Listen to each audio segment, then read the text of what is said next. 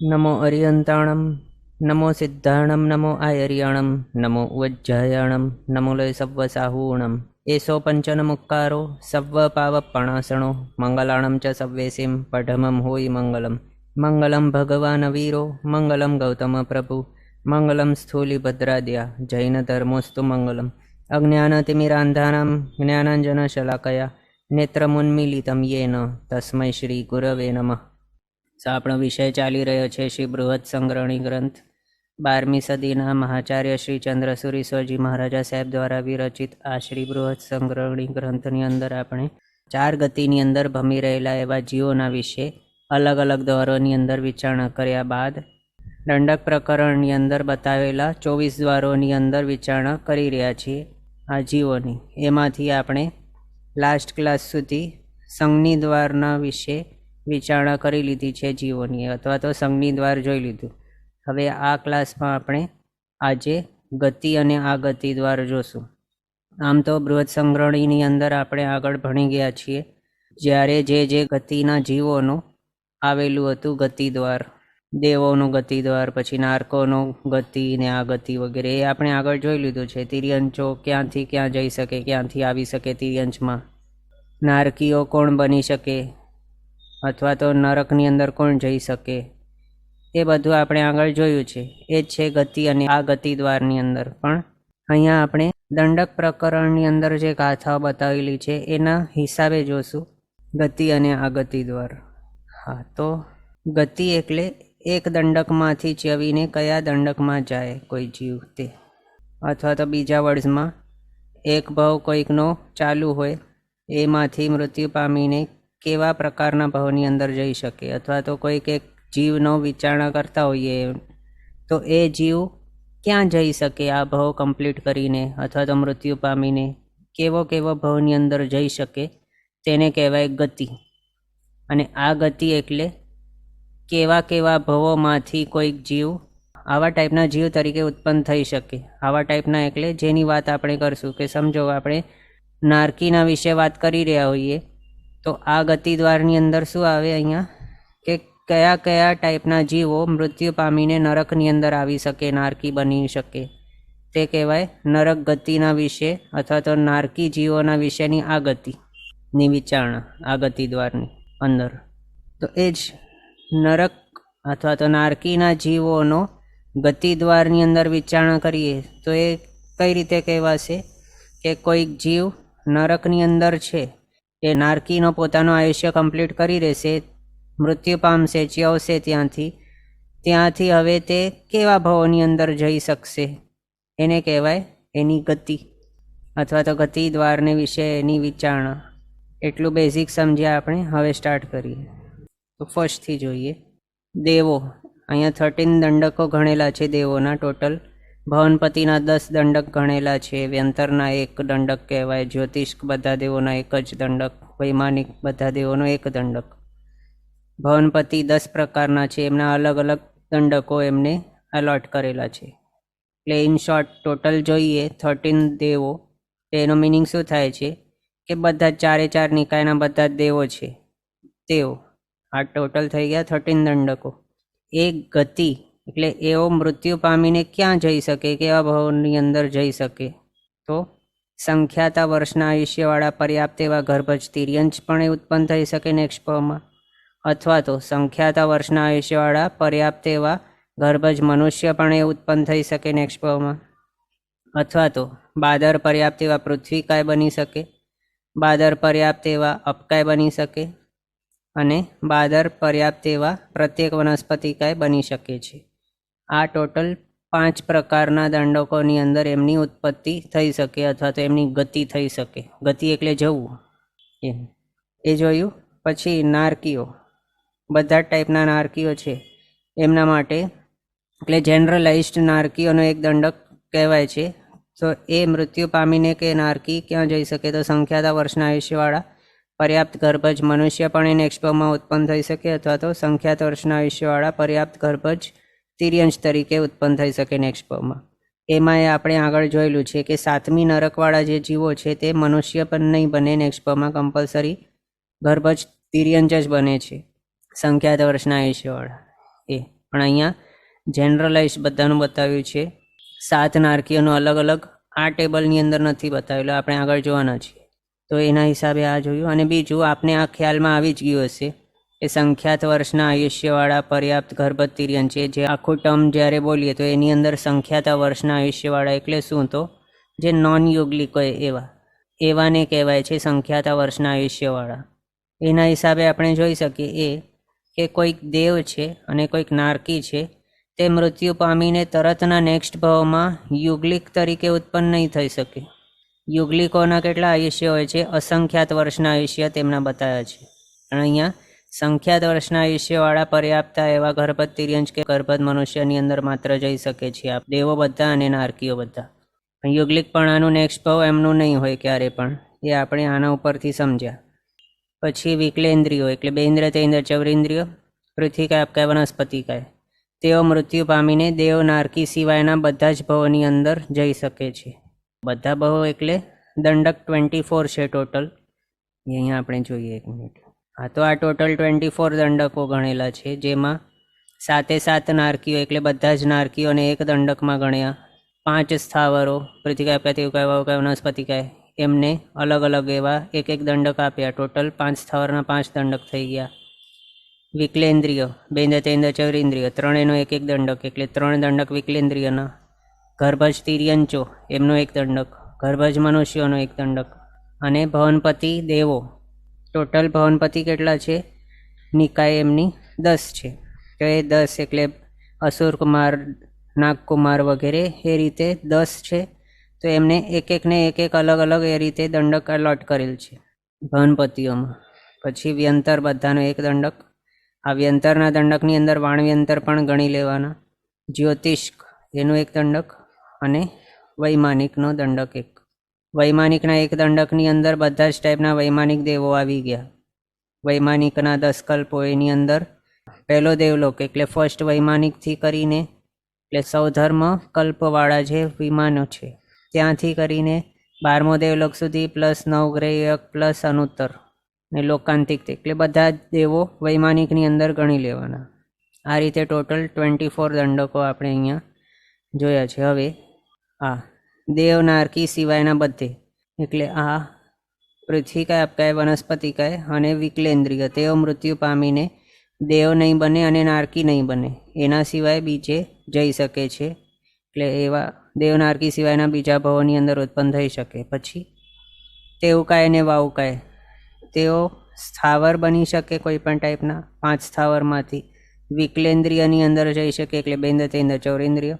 અને પંચેન્દ્રિય તિર્યંશ પણ તે ઉત્પન્ન થઈ શકે. પણ તેવકાય અને વાવકાય મૃત્યુ પામીને ક્યારે પણ મનુષ્ય નહીં બને તરતના નેક્સ્ટ ભાવમાં. એ રૂલ બેઝિક છે, એ યાદ રાખવાનું. પછી ગર્ભજ તિર્યંશ પંચેન્દ્રિયો અને ગર્ભજ મનુષ્યો બધા જ ટાઈપના ભાવોની અંદર જઈ શકે છે. એમના માટે કોઈ રેસ્ટ્રિક્શન નથી. આ આપણે જોયું દંડકોમાં ગતિ. પછી આ ગતિ હવે એટલે જો અહીંયા નારકીઓને વિશે આપણે ગણતા હોઈએ આ ગતિ, તો કેવા ટાઈપના જીવો મૃત્યુ પામીને નારકી બની શકે નેક્સ્ટ ભાવમાં એની વિચારણા છે. એટલે કેવા ભાવમાંથી આવીને આ ભાવની અંદર ઉત્પન્ન થઈ શકે તેને કહેવાય છે આ ગતિ. આ ગતિ એટલે આવવું, એ ગતિ એટલે જવું. અને જવું આવવું ક્યાંથી, તો જેની વાત ચાલુ છે તેની અંદરથી જવું અને તેની અંદર આવવું. એટલે ગતિ કઈ રીતે ગણવાની, જેની વાત ચાલુ છે એનામાંથી જશે તો ક્યાં જઈ શકે તે ગતિ. અને આ ગતિ એટલે જેની વાત ચાલુ છે એની અંદર ક્યાંથી આવી શકશે તે આ ગતિ. આ રીતે યાદ રાખી શકાય. હા, તો ભવનપતિ વગેરે જે દેવોના 13 દંડકો એટલે 4 નિકાયના દેવો અને નારકીઓ, તેઓની અંદર કોણ ઉત્પન્ન થઈ શકે, તો પર્યાપ્ત ગર્ભજ મનુષ્ય અને ગર્ભજ તિર્યંચો એ. અને અહીંયા દંડક પ્રકરણની અંદર સમૂર્છિમ તિર્યંચ પંચેન્દ્રિય સમૂર્છિમ મનુષ્યો એ બંનેની ગણતરી 24 દંડકની અંદર નથી થયેલી. તે આપણે હમણાં જ જોયું ને, દંડકનો જે ટેબલ આપણે જોયું એની અંદર માત્ર ગર્ભજ તિર્યંચ પંચેન્દ્રિય અને ગર્ભજ મનુષ્યની ગણતરી કરેલી છે. એટલે અહીંયા જ્યારે આપણે આ જોઈએ દેવો ને નારકીઓમાં કયા જીવો આવી શકે, તો માત્ર ગર્ભજ મનુષ્ય અને ગર્ભજ તિર્યંચ અહીંયા લખેલું છે. પણ એની સાથે સમૂર્છિમ એવા તિર્યંચ પંચેન્દ્રિય પણ સમજવાના, તેઓ પણ આવી શકે છે, દેવો પણ ઉત્પન્ન થઈ શકે છે, એ આપણે આગળ જોશું. પછી પૃથ્વીકાય, આપકાય અને વનસ્પતિકાય, તે તરીકે કોણ ઉત્પન્ન થઈ શકે? તો નારકી સિવાય બીજા બધા જ જે છે, કેટલા છે? 23 દંડકો ટોટલ. નારકી સિવાયનો 23 દંડકો, એનામાંથી મૃત્યુ પામીને પૃથ્વીકાય તરીકે, અપકાય તરીકે અને વનસ્પતિકાય તરીકે ઉત્પન્ન થઈ શકે કોઈ. એના હિસાબે આપણે જોઈ શકીએ કે કોઈ પણ નારકી છે એ મૃત્યુ પામીને સ્થાવરની અંદર નહીં જાય, કોઈ પણ ટાઈપના સ્થાવરમાં નહીં જાય. અહીંયા આપણે પૃથ્વીકાય, અપકાય, વનસ્પતિકાય જોયો, અને તેવુકાય, વાવુકાય પણ છે એ જોયું. આની અંદર એ છે નારકી એ માત્ર સંખ્યાત વર્ષના આયુષ્યવાળા પર્યાપ્ત ગર્ભજ તિર્યંચ અને ગર્ભજ મનુષ્ય એની અંદર જ જઈ શકે. એટલે એના સિવાય બાકી બધા જ માઇનસ થઈ ગયા. કેવા કેવા માઇનસ થયા? તો દેવો તરીકે નહીં ઉત્પન્ન થાય, પછી સ્થાવરો એટલે એકેન્દ્રિયોની અંદર નહીં થાય ઉત્પન્ન, કોઈ પણ નારકી મૃત્યુ પામીને એકેન્દ્રિયમાં નહીં જાય, પછી બેન્દ્ર તેન્દ્ર ચૌરેન્દ્રિયની અંદર પણ નહીં જાય, એ પણ આના ઉપરથી આપણે સમજી શકીએ. પછી કોઈ નારકી મૃત્યુ પામીને સમૂર્ષિ મનુષ્ય તરીકે નહીં ઉત્પન્ન થાય, એ તો આગળ આપણે પછી જોશું. એટલે આ ટેબલ ઉપરથી આપણે એ બધું સમજી શકીએ. માત્ર આટલી જ પોસિબિલિટી છે એમની ગતિની. હા, તો નારકી સિવાયના બધેથી, એટલે બધા જ જે જીવો છે નારકી સિવાયના દંડકો 23, એનામાંથી પૃથ્વીકાય, અપકાય અને વનસ્પતિકાય તરીકે કોઈ પણ ઉત્પન્ન થઈ શકે છે. પછી બે ઇન્દ્રિય, તે ઇન્દ્રિય, ચૌરેન્દ્રિયો, તેવુકાય અને વાવુકાય, આની અંદર કોણ આવી શકે? તો દેવો અને નારકીઓ સિવાયના બધા જીવો છે તે આ તરીકે ઉત્પન્ન થઈ શકે. એટલે આના ઉપરથી આપણે શું સમજ્યા કે દેવો મૃત્યુ પામીને વિકલેન્દ્રિય નહીં બને, અને તેવુકાય, વાવુકાય પણ નહીં બને, અને નારકીઓ પણ મૃત્યુ પામીને વિકલેન્દ્રિય અને તેવુકાય, વાવુકાય નહીં બને. એ સમજ્યા? પછી ગર્ભજ તિર્યંચ પંચેન્દ્રિય, એની અંદર કોણ આવી શકે? તો બધા જ દંડકોમાંથી આવી શકાય છે. એટલે કોઈ પણ ટાઈપના જીવ હોય, આપણે આગળ જે જોયા 24 પ્રકારના દંડકો, એનામાંથી કોઈ જીવ ગર્ભજ તિર્યંચ પંચેન્દ્રિય તરીકે ઉત્પન્ન થઈ શકે નેક્સ્ટ ભાવમાં. પછી ગર્ભજ મનુષ્યની અંદર કોણ કોણ આવી શકે? તો તેવુકાય, વાવુકાય સિવાયના બધા જ દંડકોમાંથી જીવો મૃત્યુ પામીને ગર્ભજ મનુષ્ય તરીકે ઉત્પન્ન થઈ શકે છે. આપણે આગળના ટેબલની અંદર જ જોયું કે તેવુકાય, વાવુકાય મૃત્યુ પામીને તરતના નેક્સ્ટ ભાવમાં ગર્ભજ મનુષ્ય તરીકે ઉત્પન્ન નહીં થાય, એટલે મનુષ્ય ગતિની અંદર આવે જ નહીં આ બંને. તેવુકાય, વાવુકાયનો એવો જ છે. પછી આગળ આ ટેબલ છે જેની અંદર ગતિ અને આગતિ દર્શાવેલી છે. અહીંયા 24 દંડકો લખેલા છે, અને અહીંયા એ જ સેમ 24 દંડકો લખેલા છે. તો શોર્ટમાં કઈ રીતે સમજી શકાય ગતિ અને આગતિ બંને ટેબલ્સને, એ અહીંયા આપણે આ ટેબલની અંદર સમજી શકીએ. કઈ રીતે? તો અહીંયા જે દંડકો બતાવ્યા છે આ કોલમની અંદર, તેઓ કેવા કેવા દંડકની અંદર જઈ શકે તે અહીંયા જોવાનું. અહીંયા એટલે સમજો કે નારકીને વિશે આપણને જોવું છે કે નારકી મૃત્યુ પામીને કેવા કેવા દંડકની અંદર ઉત્પન્ન થઈ શકે, એટલે એની ગતિ ક્યાં થઈ શકે? તો અહીંયા કોલમમાં નારકી શોધવાનું ક્યાં છે? તો અહીંયા છે. પછી એની આગળના બોક્સીસ જોવાના, જ્યાં બ્લેન્ક છે એની અંદર નહીં જાય, અને જ્યાં 1 1 લખેલ છે એની અંદર તે જઈ શકશે. ક્યાં લખેલ છે? તો પંચેન્દ્રિય એટલે કે ગર્ભજ તિર્યંચ પંચેન્દ્રિય તે છે, અને મનુષ્ય એટલે ગર્ભજ મનુષ્ય એની અંદર, એ બંનેની અંદર કોઈ નારકી જઈ શકશે. એટલે ટોટલ 24 દંડકોમાંથી માત્ર 2 દંડકની અંદર એમની ગતિ પોસિબલ છે. કોની? તો નારકીની. એ સમજી ગયા ને હવે આ ટેબલ કઈ રીતે છે? અને એ આપણે જોયું ગતિનો. હવે આ ગતિ જોવી હોય તો કઈ રીતે જોવાની? તો ગતિ માટે આ કોલમની અંદર જોયું આપણે. આ ગતિ જોવા માટે અહીંયા જોવાનું. આ નારકીનો છે, આ અસુરકુમાર, નાગકુમાર, સુવર્ણકુમાર, વિદ્યુતકુમાર, દ્વીપકુમાર, અગ્નિકુમાર, ઉદધિકુમાર, દેશીકુમાર, પવન, મેઘકુમાર. પછી આ પૃથ્વીકાય, અપકાય, તેવુકાય, વાવુકાય, વનસ્પતિકાય, બે ઇન્દ્રિય, તે ઇન્દ્રિય, ચૌરેન્દ્રિય, ગર્ભજ તિર્યંચ પંચેન્દ્રિય, ગર્ભજ મનુષ્ય, વ્યંતર, જ્યોતિષ્ક, વૈમાનિક. આ રીતે આ ટોટલ દંડકો અહીંયા લખ્યા છે. એ બધાની આ રીતેની કોલમ્સ છે. હવે આપણને જો જોવું હોય આ ગતિ, સમજો કે આપણને એ જોવું છે કે તેવુકાયની અંદર કેવા કેવા જીવો આવી શકે, તો અહીંયા આની અંદરથી તેવુકાય શોધવાનું. ક્યાં છે તેવુકાય? તો આ રહ્યું તેવુકાય. આ તેવું કાંઈ છે. એની અંદર અહીંયા આપણે આવી ગયા. હવે એની અંદર કોણ કોણ આવી શકે, એની આ ગતિ જોવી હોય તો અહીંયા તેવુંના નીચેનો આખો કોલમ જોવાનો આ રીતે. એમાંથી જ્યાં જ્યાં બ્લેન્ક છે એની અંદરથી કોઈ જીવ અહીંયા નહીં આવી શકે તેવું કાંઈમાં. પણ જ્યાં વાન વાન લખેલા છે એની સામે કોણ કોણ છે આ, એ બધામાંથી કોઈ જીવ તેવું કાંઈની અંદર આવી શકે. એ રીતે આપણને આ ટેબલ સમજવાનું. ક્યાં ક્યાં છે વાન, તો આ પૃથ્વી કાય, આપ કાય, તેવું કાય, વાવ કાય, વનસ્પતિ કાય, બેન્દ્રિય, તેન્દ્રિય, ચૌરેન્દ્રિય. પછી ગર્ભજ, તિર્યંચ, પંચેન્દ્રિય અને ગર્ભજ મનુષ્ય અહીંયા સુધી છે. તો આ ટોટલ કેટલા છે? ટોટલ 10 છે.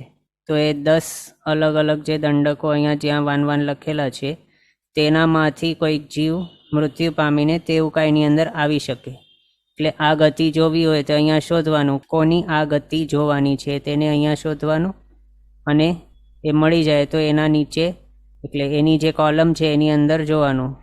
બ્લેન્ક હોય તો એનામાંથી નહીં આવી શકે કોઈ, એની અંદર જ્યાં વાન ફિલ્ડ હોય એની અંદરથી આવી શકે છે. સમજી ગયા? આ ટેબલ ઇઝી છે. ગતિ માટે અહીંયા, આ ગતિ માટે અહીંયા જોવાનું.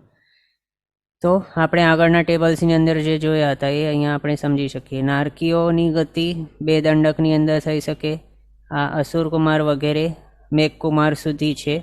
ટોટલ 10 ભવનપતિ યલોમાં અહીંયા વચ્ચે બતાવે છે આ સેટમાં. તે બધાનું 5-5 દંડકની અંદર ગતિ પોસિબલ છે. કયા 5? તો પૃથ્વી કાય, આપ કાય, વનસ્પતિ કાય, ગર્ભજ, તિર્યંચ, પંચેન્દ્રિય અને ગર્ભજ મનુષ્ય એની અંદર. પછી પૃથ્વી કાય, આપ કાય, વનસ્પતિ કાય, બેન્દ્રિય, તેન્દ્રિય, ચૌરેન્દ્રિય અહીંયા જે ગ્રીનમાં બતાવ્યા છે તે, એમની ગતિ ટોટલ 10 દંડકોની અંદર પોસિબલ છે. કયા કયા? પૃથ્વી કાય, આપ કાય, તેવું કાય, વાવ કાય, વનસ્પતિ કાય, બેન્દ્રિય, તેન્દ્રિય, ચૌરેન્દ્રિય, ગર્ભજ, તિર્યંચ, પંચેન્દ્રિય અને ગર્ભજ મનુષ્ય. પછી તેવું કાય, વાવ કાય, એમની 9 દંડકની અંદર ગતિ પોસિબલ છે. કયા? તો પૃથ્વી કાય, આપ કાય, તેવું કાય, વાવ કાય, વનસ્પતિ કાય, બેન્દ્રિય, તેન્દ્રિય, ચૌરેન્દ્રિય અને પંચેન્દ્રિય, ગર્ભજ, તિર્યંચ ત્યાં સુધી. પણ મનુષ્ય જે છે એની અંદર તેવું કાંઈ વાવ કાંઈ નહીં જાય. આ રીતે 9 અહીંયા જોયા તેવું વાવને માટે ગતિ. પછી ગર્ભજ, તિર્યંચ, પંચેન્દ્રિય અને ગર્ભજ મનુષ્ય એમની ગતિ બધા જ દંડકની અંદર આપણે જોઈ શકીએ. ટોટલ 24 દંડકોની અંદર પોસિબલ. પછી વ્યંતર, જ્યોતિષ્ક ને વૈમાનિક એમની પણ ભવનપતિની જેવી રીતે સેમ 5 દંડકોની અંદર ગતિ પોસિબલ છે. કયા? તો પૃથ્વી કાય, આપ કાય, વનસ્પતિ કાય, ગર્ભજ, તિર્યંચ, પંચેન્દ્રિય અને ગર્ભજ મનુષ્ય. આ રીતે ટોટલ 5 દંડકોની અંદર ગતિ વ્યંતર, જ્યોતિષ્ક, વૈમાનિકની પોસિબલ છે.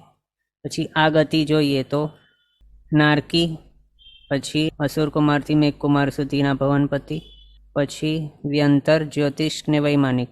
ટોટલ યલોમાં જે દર્શાવ્યા છે બધા, એ બધાના આ ગતિ 2 દંડકમાંથી પોસિબલ છે. કયા 2? ગર્ભજ, તિર્યંચ, પંચેન્દ્રિય અને ગર્ભજ મનુષ્ય એ 2. પછી પૃથ્વી કાય, આપ કાય, વનસ્પતિ કાય જે અહીંયા બ્લુમાં આપણે દર્શાવ્યા છે.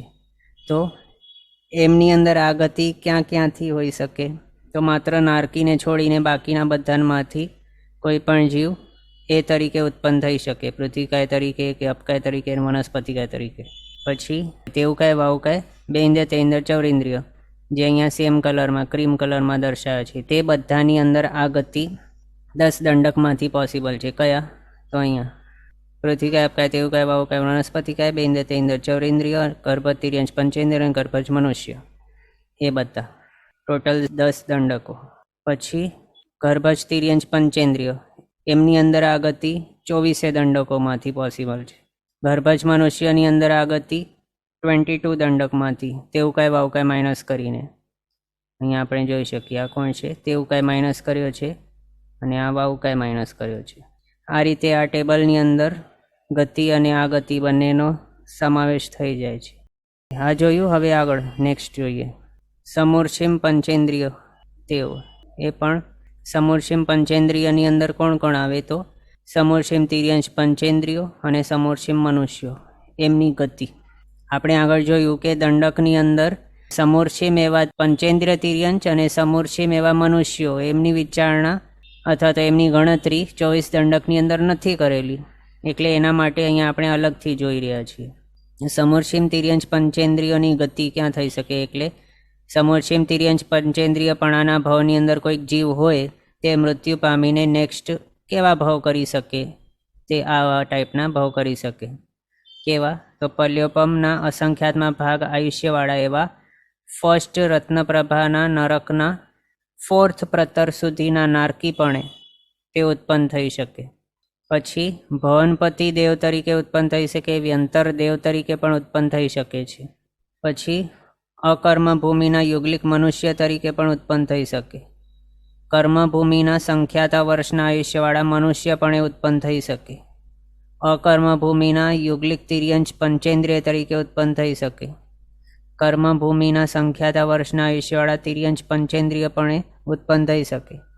વિકલેન્દ્રિય એટલે બેન્દ્રેન્દ્રિય ચૌરેન્દ્રિયની અંદર જઈ શકે. પૃથ્વીકા આદિ 5 સ્થાવરોની અંદર પણ ઉત્પન્ન થઈ શકે. આ રીતે આપણે જોઈએ તો નારકી અહીંયા આવી ગયો, ફર્સ્ટ નરકની અંદર તે જઈ શકે છે. સમૂર્છિમ તિર્યંચ પંચેન્દ્રિય એ પણ એક્ઝામ્પલ પણ આનું આવેલું છે આગળ. કેવું? તો આપણે સંગણ દ્વાર જ્યારે જોઈ રહ્યા હતા એની અંદર તંદુલ્ય મત્સ્યનું એક્ઝામ્પલ આવેલું હતું. એમાં આપણે એ વિચારણા કરેલ હતી કે જે 1000 યોજન જેટલા અવગાનાવાળો માછલો છે એ સમૂર્છિમ છે. અને એ સમૂર્છિમ માછલો કેવો કહેવાય? સમૂર્છિમ તિર્યંચ પંચેન્દ્રિય. એ મૃત્યુ પામીને ફર્સ્ટ નરક સુધી જઈ શકે છે અથવા તો ત્યાં જાય છે. પણ તે તંદુલ્ય મત્સ્ય તે કેવો છે? તે ગર્ભજ તિર્યંચ પંચેન્દ્રિય છે, ફર્સ્ટ સંગણવાળો. તે સમૂર્છિમ તિર્યંચ જે 1000 યોજનવાળો હતો, જે પહેલી નરકમાં જઈ રહ્યો હતો, તેનો છેલ્લો સંગણ હતો. પણ આ તંદુલ્ય મત્સ્યનું ફર્સ્ટ સંગણ હતો અને એ ગર્ભજ હતું તંદુલ્ય મત્સ્ય. એણે એવા નિકૃષ્ટ અથવા તો એવા હીનાતિહીન એવા અધ્યવસાન એવી ટાઈપની વિચારણાઓ કરી કે જેના કારણે તેને 7મી નરકની અંદર જવું પડ્યું એવું. એટલે આ જે એક્ઝામ્પલ છે એની અંદર આપણે જોયેલું હતું કે સમૂર્છિમ તિર્યંચ પંચેન્દ્રિય એવો માછલો હતો, તે ફર્સ્ટ નરકની અંદર ગયેલો હતો અથવા તો જતો હતો. એ આના ઉપરથી આપણે સમજી શકીએ. પલ્યોપમના અસંખ્યાતમાં ભાગના આયુષ્યવાળા એવા ફર્સ્ટ એવી રત્નપ્રભા નરકના 4th પ્રતર સુધીના નારકી તરીકે ઉત્પન્ન થઈ શકે. એના નીચે નહીં જાય એ સમજવાનું. એટલે આના 4થી પ્રતરની નીચેવાળી પ્રતરોની અંદર ઉત્પન્ન નહીં થાય આ, અથવા તો બીજીથી 7મી નરક સુધી પણ એ નહીં જાય એમ સમજવાનું, ત્યાં ઉત્પન્ન નહીં થાય. પછી ભવનપતિ વ્યંતર દેવ તરીકે ઉત્પન્ન થઈ શકે. એટલે અહીંયા નરક ગતિ આવી, દેવ ગતિ આવી, મનુષ્ય ગતિ પણ આવી ગઈ, તિર્યંચ ગતિ પણ આવી. અને દંડકની અંદર આપણે વિચારણા કરીએ તો 22 દંડક અહીંયા થયા છે ને. તો નારકીઓનો બધા જ 7 નરકનો મળીને એક જ સિંગલ દંડક ગણાય છે. તો એ નરકનો એક દંડક આવી ગયો. દેવોના 13 દંડક છે, એની અંદરથી વ્યંતરને ભવનપતિની અંદર જઈ શકે છે. એટલે જ્યોતિષને વૈમાનિક એ 2 દંડક માઇનસ કર્યા છે. પછી અકર્મભૂમિના યુગલિક મનુષ્ય તરીકે ઉત્પન્ન થઈ શકે વગેરે. આ કેવા છે? અકર્મભૂમિના યુગલિક મનુષ્ય ગર્ભજ મનુષ્ય છે. એટલે ગર્ભજ મનુષ્યનો દંડક આવી ગયો. કર્મભૂમિના સંખ્યાતા વર્ષના આયુષ્યવાળા મનુષ્ય તરીકે પણ ઉત્પન્ન થઈ શકે છે. આ મનુષ્યનો દંડક આવી ગયો. પછી અકર્મભૂમિના યુગલિક તિર્યંચ પંચેન્દ્રિય, કર્મભૂમિના સંખ્યાત વર્ષના આયુષ્યવાળા તિર્યંચ પંચેન્દ્રિય તરીકે પણ ઉત્પન્ન થઈ શકે છે. આની અંદર ગર્ભજ તિર્યંચનો એક દંડક આવી ગયો. વિકલેન્દ્રના 3 દંડક આવી ગયા. પૃથ્વીકા આદિ સ્થાવર 5 એના 5 દંડક આવી ગયા. એટલે આ રીતે ટોટલ 22 દંડકોની અંદર જઈ શકે છે સમૂર્છિમ તિર્યંચ પંચેન્દ્રિયો મૃત્યુ પામીને. એટલે એમની ગતિ અહીંયા થઈ શકે છે. પછી સમૂર્છિમ મનુષ્ય, એમની ગતિ ક્યાં થઈ શકે? તો કર્મભૂમિના સંખ્યાતા વર્ષના આયુષ્યવાળા મનુષ્ય અને તિર્યંચ પંચેન્દ્રિય. એટલે કર્મભૂમિના સંખ્યાતા વર્ષના આયુષ્યવાળા તિર્યંચ પંચેન્દ્રિય પણ ઉત્પન્ન થઈ શકે. પછી વિકલેન્દ્રિય એટલે બેન્દ્રેન્દ્રિય ચૌરેન્દ્રિય તરીકે ઉત્પન્ન થઈ શકે. 5 સ્થાવર તરીકે પણ ઉત્પન્ન થઈ શકે છે એમ. અને અહીંયા આપણે જોયું કર્મભૂમિના સંખ્યાતા વર્ષના આયુષ્યવાળા, એ નથી લખ્યું, યુગલિક નથી લખ્યું. અહીંયા યુગલિક લખેલું છે. એટલે સમૂર્છિમ તિર્યંચ પંચેન્દ્રિય મૃત્યુ પામીને યુગલિક તરીકે ઉત્પન્ન થઈ શકે, પણ સમૂર્છિમ મનુષ્ય મૃત્યુ પામીને યુગલિક તરીકે ઉત્પન્ન નહીં થાય નેક્સ્ટ ભાવમાં. માત્ર સંખ્યાતા વર્ષના આયુષ્યવાળા તિર્યંશ પંચેન્દ્રિય હોય કે મનુષ્ય તરીકે તે ઉત્પન્ન થઈ શકે છે, પણ દેવપણે કે યુગલિકપણે એ ઉત્પન્ન નહીં થાય. સમૂર્ષિમ મનુષ્યો નેક્સ્ટ ભાવમાં એ આપણે આના ઉપરથી સમજી શકીએ. પછી એકેન્દ્રિયથી ચૌરેન્દ્રિય બધાની અંદર જઈ શકે છે. આ રીતે ટોટલ 10 દંડકોની અંદર જઈ શકે. 24માંથી કેટલા દંડક માઇનસ થઈ ગયા? 14 માઇનસ થયા. દેવોના 13 દંડકો અને નારકીઓનો 1 દંડક, ટોટલ 14 દંડકો બધા માઇનસ થઈ ગયા. આ રીતે સમૂર્ષિમ મનુષ્યો અને સમૂર્ષિમ તિર્યંશ પંચેન્દ્રિયોની આપણે ગતિ જોઈ. હવે આ ગતિ એટલે કેવા જીવો સમૂર્ષિમ તિર્યંશ પંચેન્દ્રિય બની શકે અને કેવા જીવો નેક્સ્ટ ભાવમાં સમૂર્ષિમ મનુષ્ય બની શકે. તો પહેલાં તો આ સમૂર્ષિમ તિર્યંશ પંચેન્દ્રિય તરીકે કોણ આવી શકે? તો કર્મભૂમિના સંખ્યાત વર્ષના આયુષ્યવાળા એવા મનુષ્યો હોય, અથવા તો કર્મભૂમિના સંખ્યાતા વર્ષના આયુષ્યવાળા તિર્યંશ પંચેન્દ્રિયો હોય, તે મૃત્યુ પામીને આવી શકે સમૂર્ષિમ તિર્યંશ પંચેન્દ્રિય તરીકે. પછી વિકલેન્દ્રિય 3 અને પૃથ્વીકા આદિ 5 સ્થાવરો, આ ટોટલ 10 દંડકો છે, તે મૃત્યુ પામીને નેક્સ્ટ ભાવમાં સમૂર્ષિમ તિર્યંશ પંચેન્દ્રિય તરીકે ઉત્પન્ન થઈ શકે છે. ને આપણે અહીંયા જોયું કે દેવો અને નારકીઓ નથી, એટલે કોઈ પણ દેવ મૃત્યુ પામીને નેક્સ્ટ ભાવમાં સમૂર્ષિમ તિર્યંશ પંચેન્દ્રિય નહીં બને. એ જ રીતે કોઈ પણ નારકી મૃત્યુ પામીને તરતના નેક્સ્ટ ભાવમાં સમૂર્ષિમ તિર્યંશ પંચેન્દ્રિય તરીકે ઉત્પન્ન નહીં થાય. આના ઉપરથી આપણે સમજી શકીએ. પછી સમૂર્ષિમ મનુષ્ય, એની અંદર કોણ આવી શકે? તો કર્મભૂમિના સંખ્યાતા વર્ષ આયુષ્યવાળા મનુષ્ય હોય કે કર્મભૂમિના સંખ્યાતા વર્ષના આયુષ્યવાળા એવા તિર્યંશ પંચેન્દ્રિય હોય તે. પછી વિકલેન્દ્રિય 3 પૃથ્વીકાય, અપકાય અને વનસ્પતિકાય, માત્ર આ 3 સ્થાવરો. આ રીતે ટોટલ 8 દંડકો છે, એનામાંથી સમૂર્ષિમ મનુષ્યની અંદર કોઈ જીવ આવી શકે. અહીંયા કયા માઇનસ કર્યા? તો દેવો બધા માઇનસ કર્યા છે, નારકીઓ માઇનસ કર્યા છે, દેવોના 13 દંડક, નારકીઓનો 14 દંડક થઈ ગયા, પ્લસ તેવકાય અને વાવકાયના 1 દંડક, 16 દંડક અહીંયા માઇનસ કર્યા છે. 24માંથી બચી ગયા 8. એટલે આ 8માંથી કોઈ જીવ સમૂર્ષિમ મનુષ્ય તરીકે ઉત્પન્ન થઈ શકે છે. આ રીતે આપણે આ જોયું સમૂર્ષિમ પંચેન્દ્રિય જીવોની આ ગતિ. હવે આ વિચારણા હતી દંડકના હિસાબે, એટલે કે દંડકની અંદર જીવોને 24 પ્રકારની અંદર બાયફર્કેટ કરીને ડિવાઈડ કરીને બતાવેલા હતા અને એના ઉપર વિચારણા કરેલ. પણ જીવોને અલગ અલગ રીતે અલગ અલગ નંબર્સમાં ડિવાઈડ કરીને પણ આપણે એમની વિચારણા કરી શકીએ છીએ. જેમ કે જીવ વિચાર પ્રકરણની અંદર 563 ભેદો બતાવ્યા છે જીવના. પછી નવતત્વની અંદર 14 ભેદ બતાવ્યા છે અલગ અપેક્ષાએ. દંડકની અંદર 24 ભેદ બતાવ્યા છે અલગ અપેક્ષાએ. એ રીતે આપણે અહીંયા દંડકના હિસાબે 24 દંડકોની અંદર બાયફર્કેટ કરીને આપણે વિચારણા કરી 24 ભેદના ઉપર. હવે આપણે જીવ વિચાર પ્રકરણના અંદર જે 563 ભેદ બતાવ્યા છે એના તરીકે વિચારણા કરીએ તો પછી કયા જીવ ક્યાં જઈ શકે વગેરે એના ઉપર હજી વધારે ડિટેલમાં આપણને ખ્યાલ આવી શકે. તે આપણે જોવાનો હવે સ્ટાર્ટ કરીએ. જીવના 563 ભેદ, એની અંદર આપને તો ખ્યાલ જ હશે કયા જીવો કેટલા નંબરના હોય છે તે 563માંથી. તો સૌથી પહેલાં નારકી. 563 ભેદમાંથી નારકીઓના કેટલા છે ભેદ? તો 7 નરક છે, બધાના પર્યાપ્ત ને અપર્યાપ્ત. કેટલા થઈ ગયા? 7 2 14. તો 14 પ્રકાર 563માંથી એ છે નારકીઓના. તો હા, એ જ અહીંયા આપણે બતાવ્યું છે. પહેલાં તો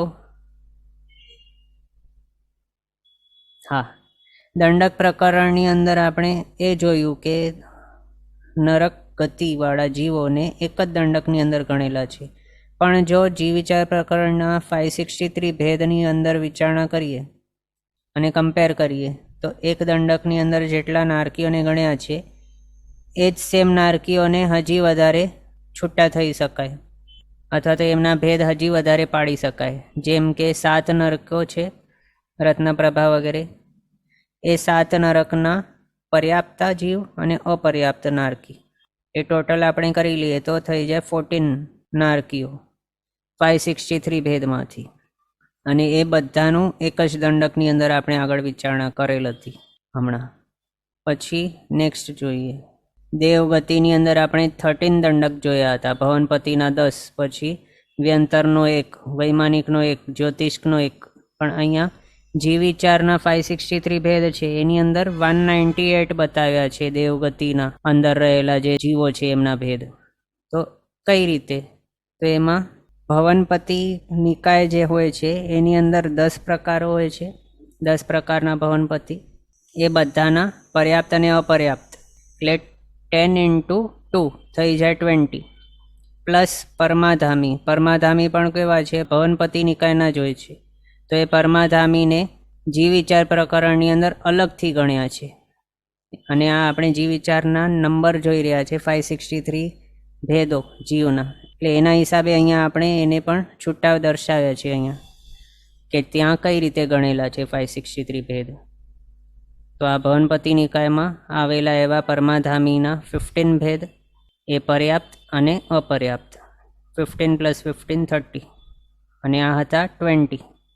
30 + 20 કેટલા થઈ જાય? 50.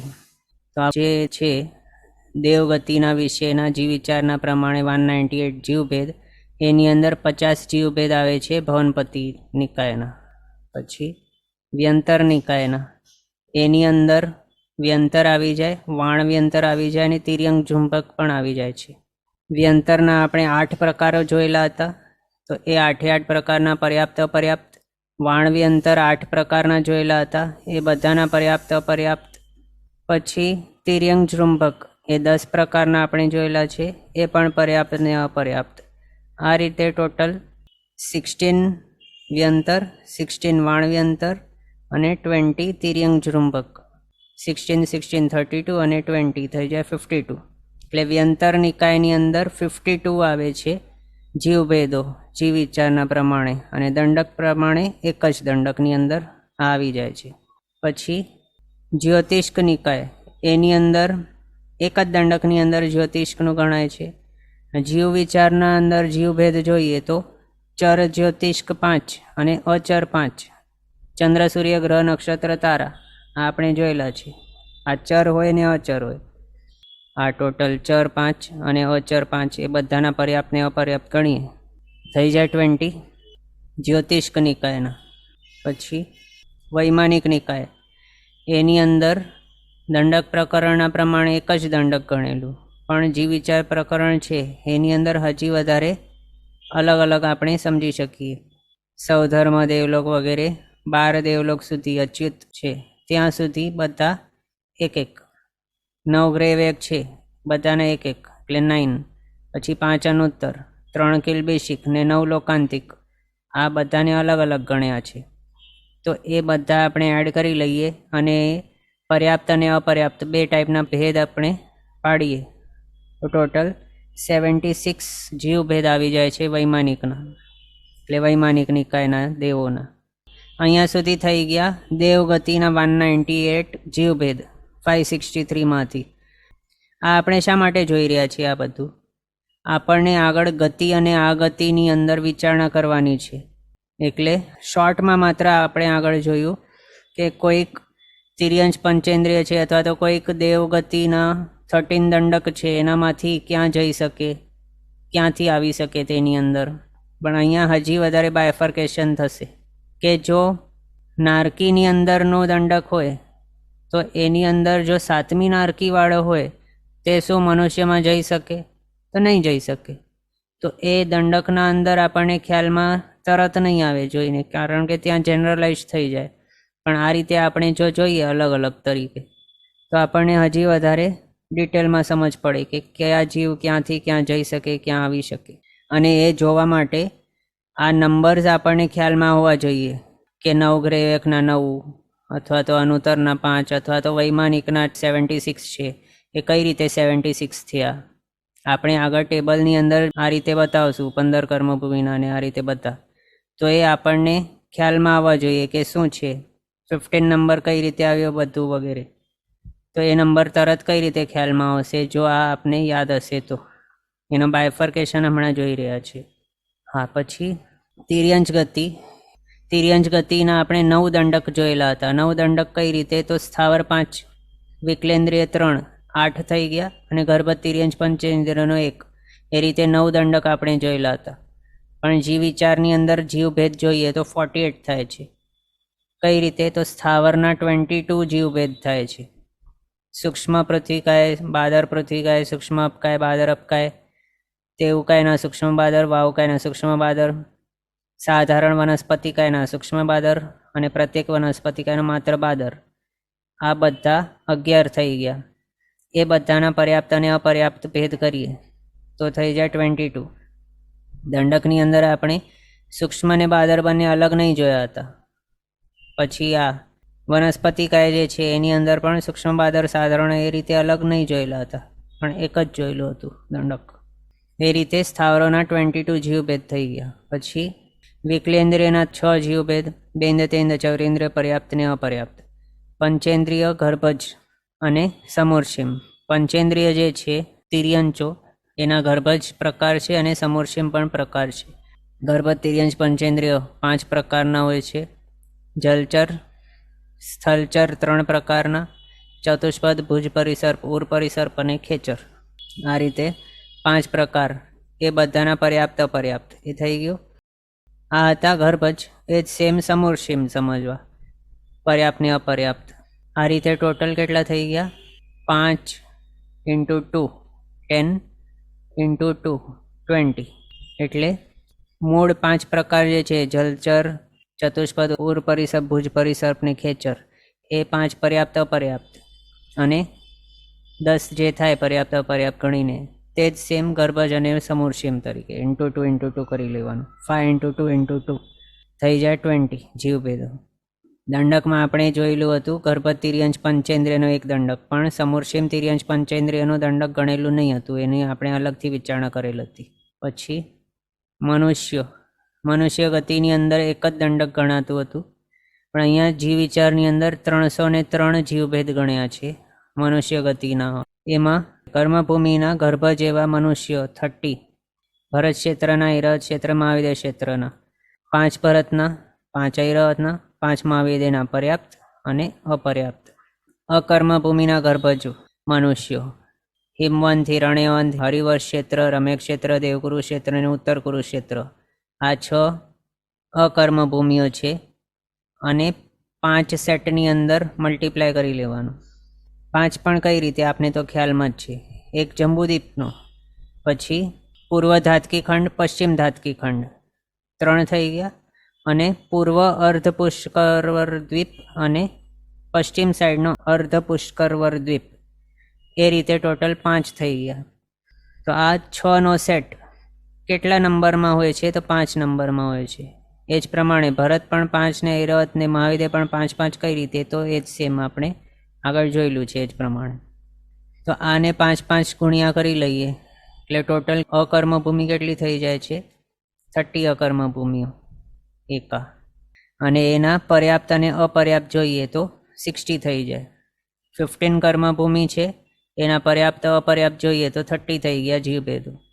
પછી અંતરદ્વીપના ગર્ભજ મનુષ્યો 56 અંતરદ્વીપો આપણે જોયેલી છે, એના પર્યાપ્ત અને અપર્યાપ્ત ગર્ભજ મનુષ્યો. એના રીતે 56 × 2 112 જીવભેદ. પછી કર્મભૂમિના સમૂર્છિમ મનુષ્યો ભરત ક્ષેત્ર, ઐરાવત અને મહાવિદ્ય ક્ષેત્ર, એના અપર્યાપ્ત જ હોય. સમૂર્છિમ મનુષ્ય આપણે આગળ જોયેલું છે કેવાય છે, માત્ર અપર્યાપ્ત જ હોય છે. અપર્યાપ્ત અવસ્થામાં જ મૃત્યુ પામી જાય છે. પર્યાપ્તિઓ ક્યારે પણ તેઓ પૂરી કરી શકતા નથી પોતાની સ્વયોગ્ય. માત્ર 3 પર્યાપ્તિ પૂર્ણ કરીને મૃત્યુ પામી જાય છે. તે એવા હોય છે તે સમૂર્છિમ મનુષ્યો. એના માટે બતાવ્યું છે કર્મભૂમિની અંદર 5 કર્મભૂમિઓ છે, ત્યાં તે સમૂર્છિમ મનુષ્ય માત્ર અપર્યાપ્ત હોય છે, તો 5 એ ભૂમિના હિસાબે ગણતરી કરેલી. પછી અકર્મભૂમિના સમૂર્છિમ મનુષ્ય તે 5. પછી અંતરદ્વીપના સમૂર્છિમ મનુષ્યો એ 56 અંતરદ્વીપ છે, બધે ઠેકાણે અપર્યાપ્ત. આ રીતે 56 એમ આ જોયું. તો આને ટોટલ કરી લઈએ તો કેટલા થઈ જાય? 101 થઈ જાય છે. પછી આમને એડ કરી લઈએ તો 202 થઈ જાય. 101 ને 202 એડ કરી લઈએ તો 303 થઈ જાય છે. હવે ગતિ અને આ ગતિ સ્ટાર્ટ. તો જીવ ભેદ કયો છે પહેલો? તો નારકીનો, ફર્સ્ટ નરકવાળા જીવ પર્યાપ્તા. એમની ગતિ ક્યાં? તો 20માં, 20 જીવભેદોની અંદર. એ 20 જીવભેદ કયા છે? તો 15 કર્મભૂમિના પર્યાપ્ત ગર્ભજ મનુષ્ય અને 5 પર્યાપ્તા એવા ગર્ભજ તિર્યંચ પંચેન્દ્રિય, એની અંદર એ જઈ શકે છે. પછી આ ગતિ એટલે ક્યાંથી આવી શકે છે આ નરકની અંદર કોઈ જીવ? તો 15 કર્મભૂમિના પર્યાપ્ત ગર્ભજ મનુષ્ય, એની અંદરથી મૃત્યુ પામીને આવી શકે છે અહીંયા. અથવા તો 5 પર્યાપ્ત એવા ગર્ભજ તિર્યંચ પંચેન્દ્રિય, તેઓ પણ મૃત્યુ પામીને અહીંયા આવી શકે. અથવા તો 5 પર્યાપ્ત એવા સમોર્ષિમ તિર્યંચ પંચેન્દ્રિય, એ પણ મૃત્યુ પામીને અહીંયા આવી શકે છે. હવે અહીંયા આપને ખ્યાલમાં આવી ગયું હશે 15 કર્મભૂમિના પર્યાપ્ત ગર્ભજ મનુષ્ય એટલે કોણ, પછી આ 5 પર્યાપ્ત એવા ગર્ભજ તિર્યંચ પંચેન્દ્રિય એટલે કોણ. એ ડાઉટ તો નથી ને કોઈને? હમણાં આગળ આપણે ટેબલ્સ એના માટે જોયા, આનો મિનિંગ શું થાય છે, કોણ છે વગેરે એ જાણવા માટે. એકવાર કહી દઉં. 5 પર્યાપ્ત એવા ગર્ભજ તિર્યંચ પંચેન્દ્રિય એટલે કોણ? તો જલચર એક છે, પછી ઉર પરિસર, ભુજ પરિસર્પ અને ચતુષ્પદ, એ 3 સ્થલચર થઈ ગયા, 4 થયા, અને એક ખેચર. એ 5 પ્રકારના તિર્યંચ પંચેન્દ્રિય છે. અને એ કેવા? તો ગર્ભજ. અને એ પણ કેવા? તો પર્યાપ્ત. તો અપર્યાપ્ત બધા માઇનસ કરી લીધા, અથવા તો અહીંયા છે નહીં, એનામાંથી નહીં આવી શકે. પછી સમોર્ષિમ અહીંયા 5 લીધા છે, જે પણ પર્યાપ્તા છે એ જ માત્ર. અપર્યાપ્ત કોઈ પણ અહીંયા નહીં આવી શકે નારકીમાં, નેક્સ્ટ ભાવમાં. એ આપણે સમજી જઈએ છીએ ને આટલાથી. પછી પર્યાપ્ત એવા શર્કરા પ્રભા નરકીના, એટલે સેકન્ડ નરકની અંદર, એના માટે વિચારણા. તો એ જીવો મૃત્યુ પામીને ક્યાં જઈ શકે? તો 15 કર્મભૂમિના પર્યાપ્ત એવા ગર્ભજ મનુષ્ય તરીકે ઉત્પન્ન થઈ શકે આ, અથવા તો 5 પર્યાપ્ત એવા ગર્ભજ તિર્યંચ પંચેન્દ્રિયની અંદર જઈ શકે છે આ, એમ. એટલે આના સિવાય બાકીના કોઈ પણની અંદર બીજા નરકવાળા જીવો નહીં જાય. અને આ પહેલા નરકવાળો જેવું જ સેમ છે આ, આના માટે, પછી આના માટે, ચોથી નરકના માટે પણ સેમ છે. એના માટે અહીંયા આપણે ડબલ કોટ કરીને બતાવ્યું છે. એટલે આ જે છે એવું જ સેમ આના માટે સમજવાનું, આવું જ સેમ આના માટે, આવું જ સેમ આના માટે પણ, એમ સમજવાનું. એટલે 563 જીવભેદ છે ટોટલ. એનામાંથી માત્ર 20 જીવભેદની અંદર જઈ શકે છે નારકીઓ, પહેલીથી ચોથી વાળા. કેટલાની અંદર નહીં જાય? તો 543 જીવભેદની અંદર નહીં જાય આ લોકો નેક્સ્ટ ભાવમાં. પછી બીજી નરકની અંદર કોણ આવી શકે? તો 20 જીવભેદમાંથી આવી શકે. કેવા કેવા? તો 15 કર્મભૂમિના પર્યાપ્ત ગર્ભજ મનુષ્યો, એ મૃત્યુ પામીને આવી શકે બીજી નરકમાં. અથવા તો 5 પર્યાપ્ત એવા ગર્ભજ તિર્યંચ પંચેન્દ્રિયો, એ મૃત્યુ પામીને આવી શકે છે બીજી નરકમાં. અહીંયા આના અપેક્ષાએ કયો માઇનસ થયો છે? આની અંદર 25માંથી આવતા હતા પહેલીમાં, અહીંયા 20માંથી જ આવે છે બીજીમાં.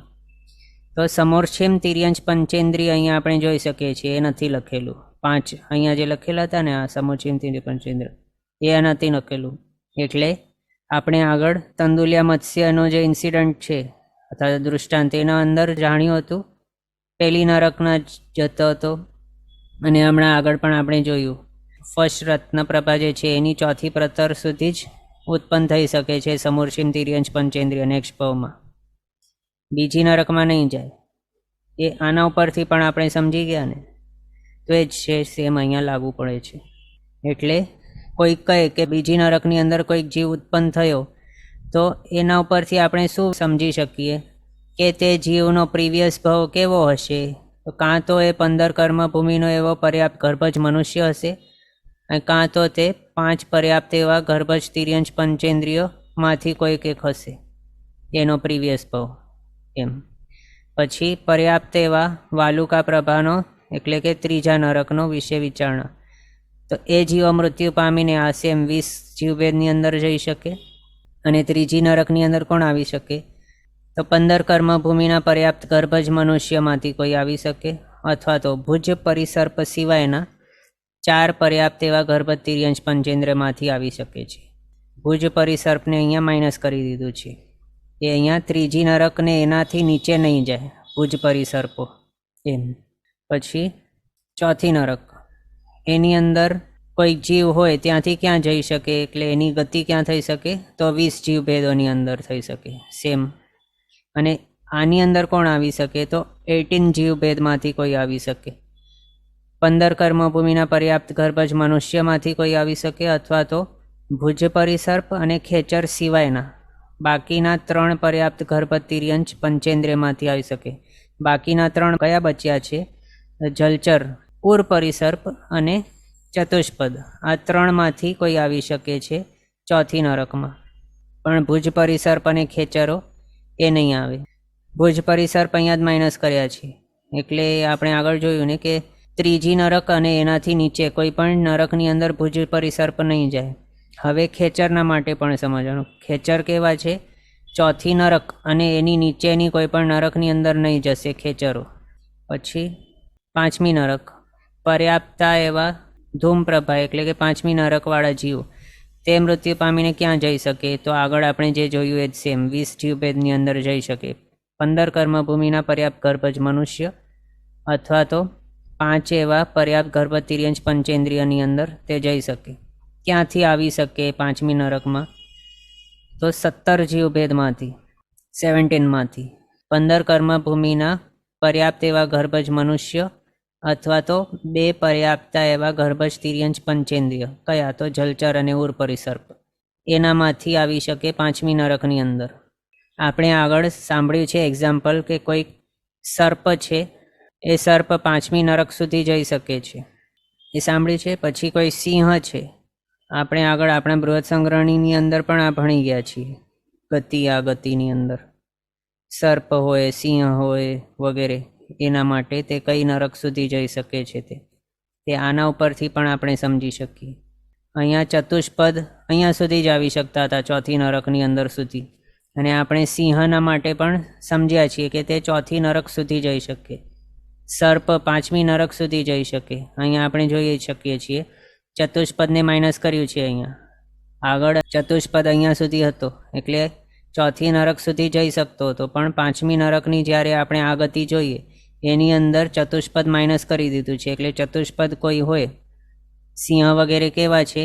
સિંહ છે ચતુષ્પદ, એ અહીંયા 5મી નરકની અંદર નહીં આવી શકે. અહીંયાથી માઇનસ કરી દીધું છે આ ગતિમાંથી. પણ કોણ આવી શકે? તો જલચર એટલે માછલા વગેરે જે જલચર હોય તે, અને ઉર પરિસર્પો, સર્પ વગેરે જેવા, તેઓ આવી શકે 5મી નરકમાં. પછી આ 15 કર્મભૂમિના પર્યાપ્ત ગર્ભજ મનુષ્ય એ. પછી નેક્સ્ટ પર્યાપ્ત એવા તમઃ પ્રભા એટલે કે 6ઠ્ઠી નરકની અંદર. એના માટે ગતિ જોઈએ, તો ત્યાંથી મૃત્યુ પામીને ક્યાં જઈ શકાય? તો આ સેમ 20 ભેદોની અંદર. એની અંદર ક્યાંથી આવી શકાય? તો 16 જીવભેદમાંથી.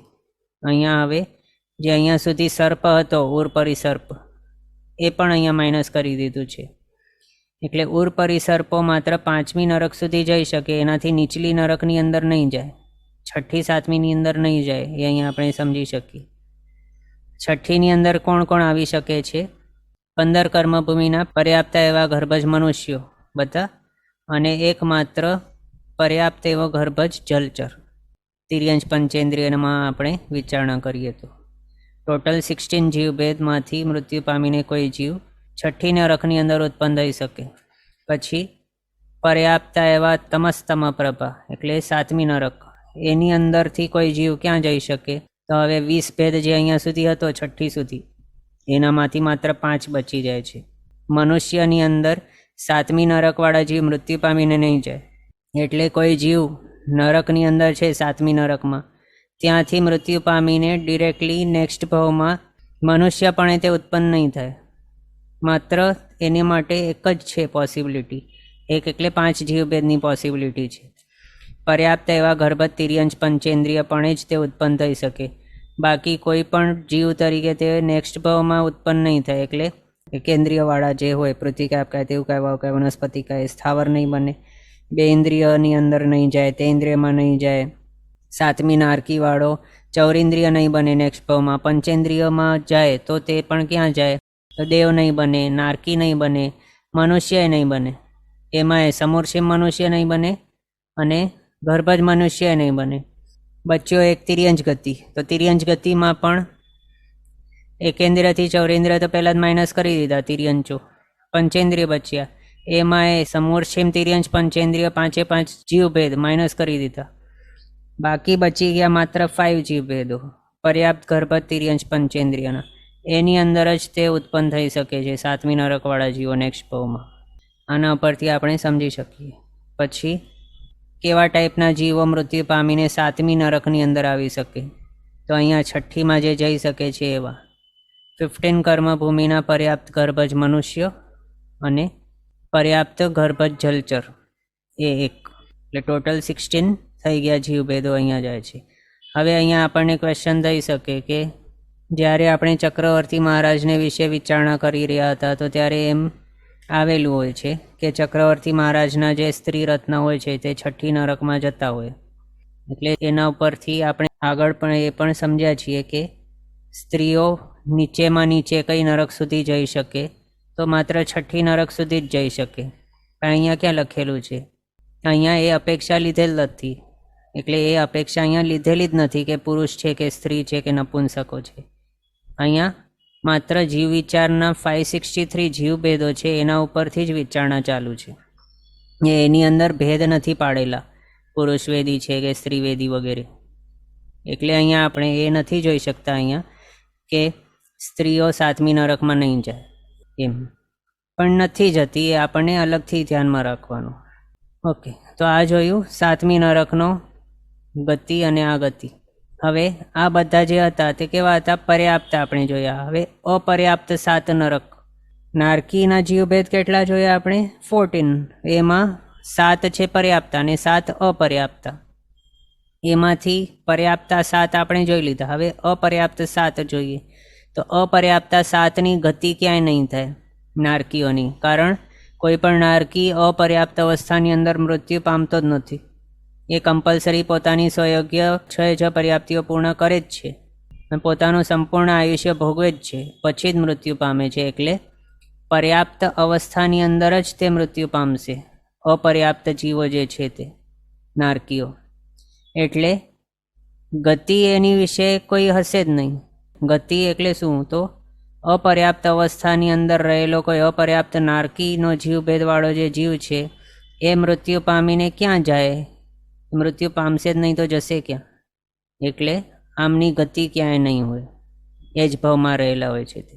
એમનામાં આ ગતિ વિચારીએ તો પર્યાપ્તની જેમ આ ગતિ આપણને સમજવાની. એટલે કેવા જીવો મૃત્યુ પામીને અહીંયા આવી શકે તે પર્યાપ્તા. એટલે અહીંયા જે આપણે આગળ જોયા એના મુજબ સેમ સમજવાનું. હવે આજનો સમય અહીંયા આપણો થયો છે. આગળના પદાર્થ આપણે નેક્સ્ટ ક્લાસમાં કન્ટિન્યુ કરશું અવસરે. જીનાજ્ઞા વિરુદ્ધ કંઈ પણ બોલાય તો મિચ્છામિ દુક્કડમ. સર્વમંગલ માંગલ્યમ સર્વકલ્યાણકારણમ પ્રધાનમ સર્વધર્માણમ જૈનમ જયતિ શાસનમ. પ્રણામ. બધા શાતામાં રહેજો, જીનાજ્ઞાપૂર્વકનું જીવન જીવજો, સર્વવીરતી તરફ આગળ વધજો અને મનુષ્ય ભાવ સફળ કરજો.